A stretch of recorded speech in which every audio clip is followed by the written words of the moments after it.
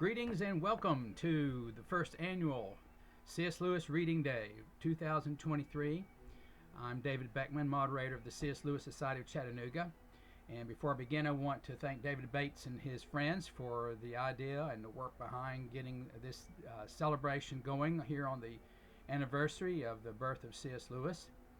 And I thought that I would make a YouTube contribution here, and what I'm going to do is read a blog post that will be making on this day on the C.S. Lewis Foundation website, and it's about one of my favorite poems that you will find in Lewis's book Poetry. Is it no, it's poems, and just some background of it and so forth. So I'm going to start reading this. I'm out here in my shop today. It looks a little weird possibly, but there we go. So let me read this for you, and I hope you enjoy it. When C.S. Lewis gave his famous De Descriptione Temporum speech at Cambridge University, he described himself as a dinosaur, partly because his education had been of the older type, where it was expected that a youth read the classics in original Greek or Latin. Though he went on to teach philosophy and English literature at Oxford, Lewis could easily have taught the classics in the languages. One of his teachers said that Lewis was more talented in his translation work than any other student he had known. Though his career went elsewhere, Lewis never left his love for the classics in his heart. One recalls that passage in Surprised by Joy when an important step toward his eventual conversion to theism occurred, as he picked back up the Hippolytus, and that old enjoyment surged back and up in his heart. Another indication of Lewis's love for the classics is his lifelong practice of reworking different mythological themes or stories in his poetry and prose. His most famous would surely be Till We Have Faces, the retelling of the myth of Cupid and Psyche. There are, of course, a lot of classical mythological references in the Narnian Chronicles.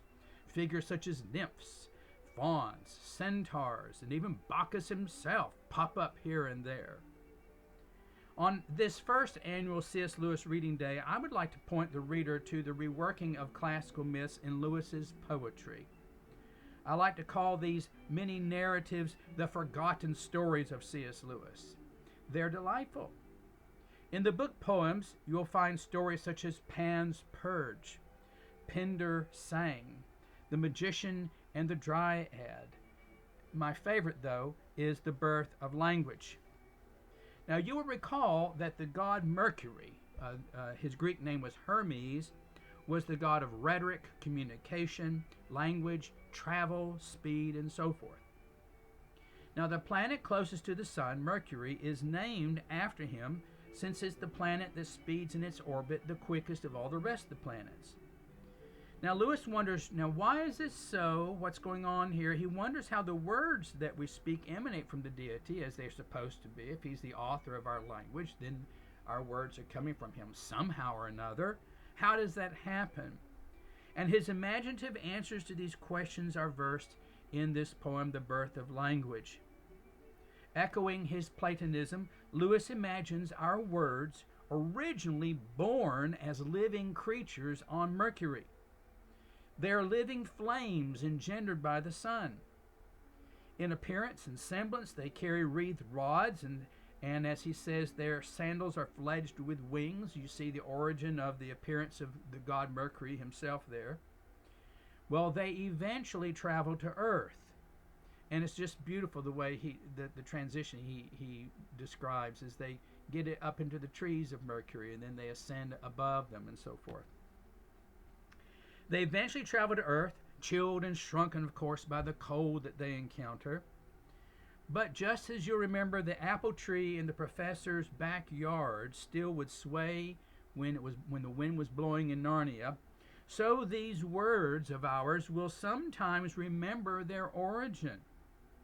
The occasion on which this occurs reveals the literary point that Lewis is making with the poem. And I'm not going to spoil it for you. You got to go read it yourself.